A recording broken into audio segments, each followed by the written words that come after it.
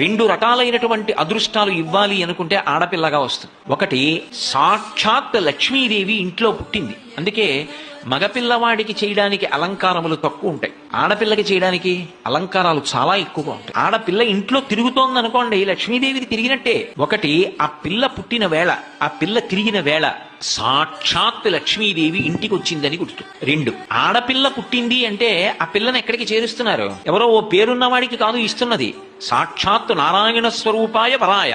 ఆ వరుడు నారాయణ స్వరూపుడు. ఇప్పుడు లక్ష్మిని నారాయణుడి పక్కకి చేర్చారు.